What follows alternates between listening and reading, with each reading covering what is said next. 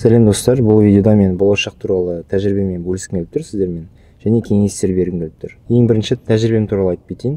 Мен жалпы болашаққа бірінші курста тапсырғым келген, өйткені сол кезде барлығы жаппай болашақ арқылы шетелге шығып жатырды. Неге? Себебі сол кезде объемды көбейтті, квотаны көбейтті, көп адамдарға рұқсат берді шетелге баруға. Сондықтан барлық курстастарым бара бастады. Сол кезде мен ойландым, мен де барсам екен деп. Және ата-аналарымнан сұрадым, бола ма баруға деп, бірақ олар рұқсат берген жоқ.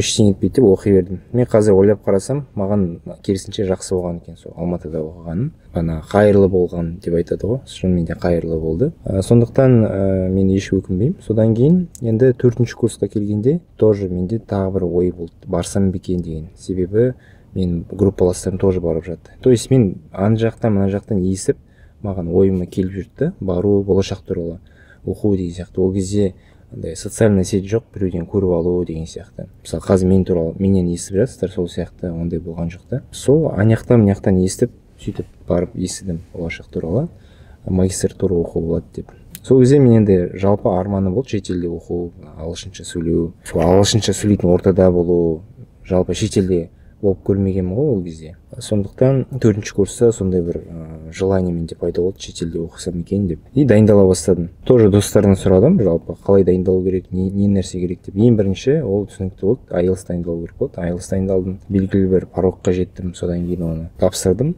Содан кейін барып университетке тапсырдым, ол жерден оффер алдым, сөйтіп мен болашаққа тапсырдым. Қысқаша осылай, мен тәжірибем осылай. Былай қарап отырсаңыз, негізі көп уақыт мен дайындалмадым. Сол 4-ші курста идея келді, болашаққа түсу деген. Сол идеямен бірнеше айда, может жарты жылда дайындалып, мен түсіп кеттім болашаққа. Енді мен сізге өзімнің кеңестерімді берейін. Біріншісі, ол жалпы не үшін болашақпен оқыған дұрыс. Себебі кез келген Қазақстан Республикасының азаматы оқи алады бұл болашақ бағдарламасы арқылы. Ешқандай шектеу жоқ. Екіншісінен, ол болашақ арқылы сізге оқу, сізге үлкен бір мүмкіндіктер ашады. Сіз кез келген компанияда жұмыс істей аласыз. Неге? Себебі сізде барлық қабілеттер болады. Ағылшыншаңыз мықты болады. Білім жағынан да жақсы оқып келесіз, меңгеріп келесіз мамандығыңызды. Сондықтан екінші сол пайда, ол жұмысқа оңай кіре аласыз, болашақпен оқып келсеңіз. Үшіншіден, ол ағылшыншаңызды мықты дамытасыз. Неге? Себебі қанша жыл оқысаңыз да Қазақстанда сізде практика жақсы болмайды негізінде.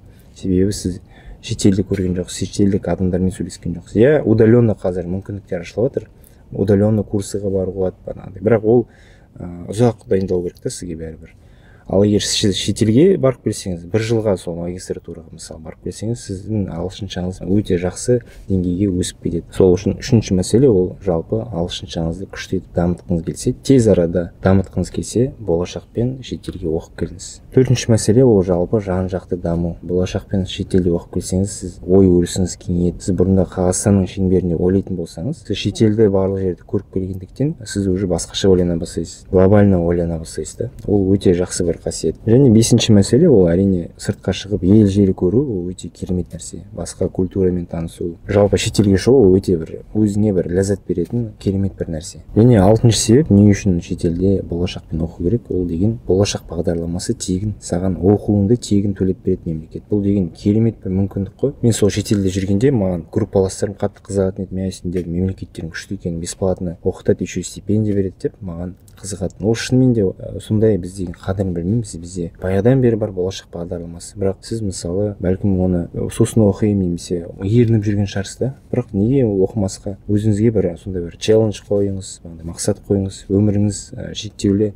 Сол өмірімде бір мақсаттарға жетейін, осы болашақ бағдарламасымен оқып келейін деп, сондай мақсат қойыңыз. Неге оқымасқа? Себебі бұл шынымен де жақсы мүмкіндіктер береді сізге. Осы 6 себеп сізге болашақпен оқып келуге бір түрткі болу керек деп ойлаймын. Себебі ол шынымен де жақсы мүмкіндік сізге. Сосын сізге тағы бір кеңес, сіз өтпей қалсаңыз ештеңе етпейді. Келесі жыл тағы да тапсыруға болады. Одан келесі жыл өтпесеңіз тағы да тапсыруға болады. Тапсыра беруге болады да, ешқандай шектеу жоқ. Даже болашақтың сайтына кірсеңіз, ол жерде жалпы тұр. Өтпей қалсаңыз қиналмаңыз, келесі жылы тапсырып, бірнеше рет тапсыра алмай, өте алмай, келесі жылы өтіп кеткен адамдар бар деп жазылған кәдімгі официальный парақшада. Сондықтан еш қиналмаңыз. Сізге керісінше бір жылы өтпей қалсаңыз, ештеңе етпейді. Келесі жылы сізде уже опытыңыз болады. Қалай дайындалу керек, не істеу керек екенін бәрін білетін боласыз. Сондықтан тапсырып көріңіз, сізді ешкім жеп қоймайды, тапсырып көрсеңіз. Өзіңізге бір күшті бір experience болады. Келесі берерсіз кеңес колл-центрмен жұмыс істеңіз. Кезінде ешқандай интернет бізде болған жоқ. Болды, бірақ өте шектеулі болды. Біз тек колл-центрға звондайтынбыз. Өте жақсы колл-центр. Обычно Қазақстанда бір жерге звондасаң недовольный болады, жауап бергісі келмейді, да, мысалы. Бірақ бұл жерде ерекше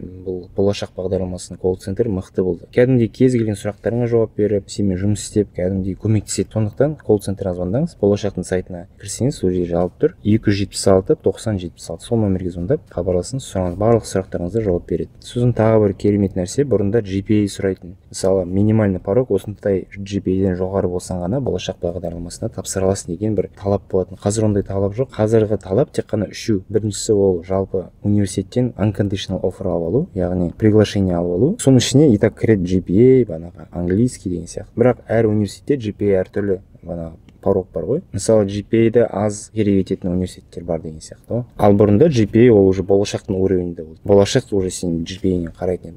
Қазір қарамайды. Мен былтыр қарағанда парақшада жазылып тұр. Университеттегі үлгерімге біз қарамаймыз деп. Осы жылы алып тастаған оны. Бірақ меніңше әлі де жоқ. Себебі банағы 3 қана талап бар деп жазылып тұр да, одан басқа талап жоқ. Яғни GPA тоже қарамайды деген сөз да. Сонымен бірінші талап ол жалпы университеттен unconditional offer алып алу, приглашение алу. Екінші талап ол каст-тест өту. Енді қазақша бәрі біледі деп ойлаймын. Қиын емес, оңай, өте оңай бір тест. Мен тапсырдым оны. Және үшіншіден IELTS болу керек. Уже болашақ минимальный IELTS-тан өтуің керек деп айтып тұр. Оны сіз болашаққа звондап біліп алыңыз. Ол қандай ол минимальный IELTS. Осы 3 қана талап қойылады магистратура оқығысы келетін адамдарға. Кстати, білетін шығарсыздар, қазір болашақпен бакалавриат уже оқи алмайсың. Егер бакалавриат оқығың келсе, Назарбаев университетіне барып оқисың. Ол жерде де экспаттар сабақ береді. Ағылшын тілінде болады сабақ. Сондықтан олар болашақ бағдарламасынан бакалавриатты алып тастады, осы Назарбаев университетіне түссін деп. Себебі көп адам бакалавриат оқып, сол жерде қалып қойып жатқандар көп болды да. Өйткені 4 жыл оқиды, 5 жыл оқитын бәлкім. Уже сол елге сіңіп кетеді да. А так магистратура ол 1 жыл, 2 жыл. Сондықтан адам қайтып келеді деген бір оймен, сол тек қана магистратура мен PhD соларды қалдырды да, менің ойымша. Сосын сізге бір керемет лайфхак. Көп адам ойлайды, мен болашақпен оқып келемін, потом шетелге шыға алмаймын, бағандай 5 жыл отработка жасауым керек, уақыт соза береді, потом тапсырамын, өзім ақша жинап, өзім ақшама оқимын, немесе басқа стипендияға тапсырамын деп ойлайды. Бірақ негізінде Атырауға барып жасасаңыз 3-ақ жыл керек сізге отработкаға. Ал Атырауда зарплаталар жақсы компаниялар бар деген сияқты. Сондықтан шетелде оқып келіңіз, 1 жыл, 2 жыл магистратурамен, содан кейін барып Атырауда 3-ақ жыл отработка жасайсыз. И содан кейін уже шетелге барып жұмыс жасаймын десеңіз, сол 3 жылдан кейін спокойно кете аласыз. Сосын жалпы маған қиын ғой, университеттер қиын деп ойлауымыз мүмкін. Бірақ негізінде университеттердің тізімі үлкен. Олардың ішінде әлсіз университеттер бар, мықты университеттер бар. Сіз өзіңіздің әліңізге байланысты өзіңізге бір университет таңдап алыңыз. Бәлкім сіз Оксфордқа тапсырсаңыз, оны алып кете алмайтын шығарсыз. Сіз өзіңіздің білім деңгейіңізді жақсы білесіз. Сіз өзіңізден сұраңыз, мен Оксфордқа тапсырсам өте аламын ба деген сияқты. Жақсы өтерсіз бәлкім, бірақ ары қарай алып кете аламын ба, оқи аламын ба? Сонда реалистично қараңыз. Өзіңізге бір алып кете алатын бір университет таңдаңыз, да, мысалы. Не обязательно же барып Оксфордтан оқуға барлығына. Сондықтан өзіңізге ыңғайлы университет таңдаңыз, чтобы потом қиналмау үшін да университетте оқып. Өйткені өмір деген қиналып жүретін нәрсе емес та. Кішкене өмірден ләззат алу керек деген сияқты.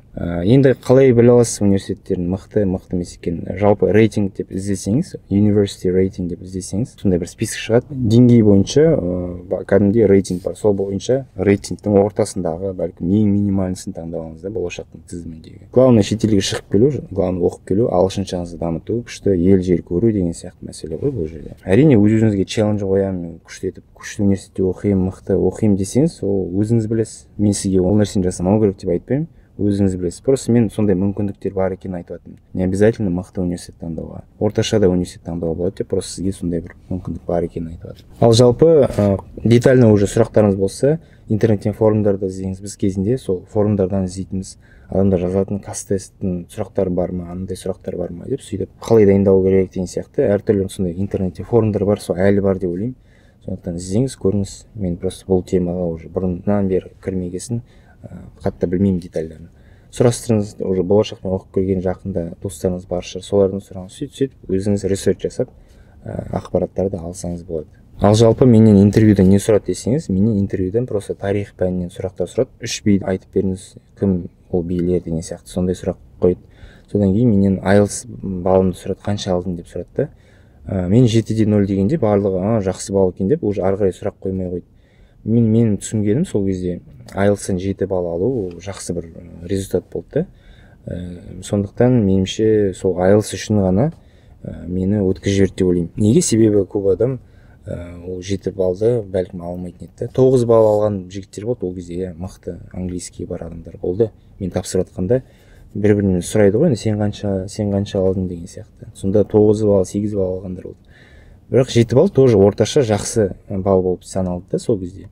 Сондықтан 7 ма, мықты екен деп мені ары қарай уже сұрақ сұрамады. IELTS сұрады тек қана, соны банағы тарих пәнінен 3 B'ді атап бер деп сұрады, болды. Басқа сұрақ сұраған жоқ. И жалпы главное, кез келген интервьюда еркін отыру керек та, уверенно отыру керек. Сол главное. Адам сен психологиялық тұрғыда дайынсың ба шетелге барып оқуға, өз бетімен жүруге деген сияқты. Сондай бір психологический интервью ол деген. Сондықтан сенен біртүрлі сұрақтар сұрау мүмкін, саған тиісу мүмкін. Маған тиісіп сұрап жатты да басында. Кім мындай оқыған, мындай осындай жетістіктер бар екен, не үшін сен шетелде оқуың керек деген сияқты сөйтіп тиіседі да саған. Бірақ сіз главное спокойный болу керексіз, хладнокровный саспау керексіз да, соған дайындалуыңыз керек. Оған енді просто барлығы опытпен келеді. Қиналмаңыз, главное, өтпесеңіз ештеңе етпейді. Келесі жылы өтесіз, бәлкім одан кейінгі жылы өтесіз. Қиналмаңыз. Сіз еркін отырыңыз. Самое главное сол. Даже тарихтан бір нәрседен сұрақ қойса, ұмытып қалсаңыз ештеңе етпейді. Ол деген барлығы тарихты 100% білу керек деген нәрсе жоқ қой. Мен білмейді екенмін бұл сұраққа жауап деп еркін айтыңыз кәдімгі, қиналмай. Сол жалпы менің осындай кеңестерім болашақ бағдарламасына байланысты. Егер тағы да сұрақтар болса, жазып кетіңіз, мен жауап беруге тырысамын. Жалпы мен барлығына кеңес беремін, болашақпен оқып келіңіз, көп уақытыңызды алмайды. 1 жыл, 2 жыл зато английскийіңіз мықты болып келеді. 3-ақ жыл жасайсыз, отработка, содан кейін барып шетелде жұмыс жасасаңыз болады. Керемет бір мүмкіндік та бізге берілген. Мен сізді дәріптемеймін, шетелге барыңыз деп. Қазақстанды тастаңыз деп өйтіп айтпаймын. Қазақстанда қалып қойып жатқан көп адам бар да, мысалы болашақпен оқып келіп. Бәрібір государство біледі ол деген, шетелде көргеннен кейін шетелде қалып қою мүмкін екенін оны бәрі біледі. Бірақ статистикаға қарайды, көп адам Қазақстанда қалып жатыр деген сияқты. Сондықтан болашақ бағдарламасы әлі бар, және жүріп жатыр, елге пайдасын тигізіп жатыр. Бірақ мен шетелге кетіп қалған адам Қазақстанға үлесін қоспайды деген нәрсеге сенбеймін, себебі мен әлі күнге дейін Қазақстанға бір пайдам болсыншы деп әлі уайымдаймын. Керісінше шетелде оқып келген адам ол көбірек патриот болады. Неге? Себебі шетелге шыққанда сен өзіңнің ұлтыңды қадірлей бастайсың. Өйткені басқа елдің адамдарын көресің, олар өздерінің елі туралы айтады.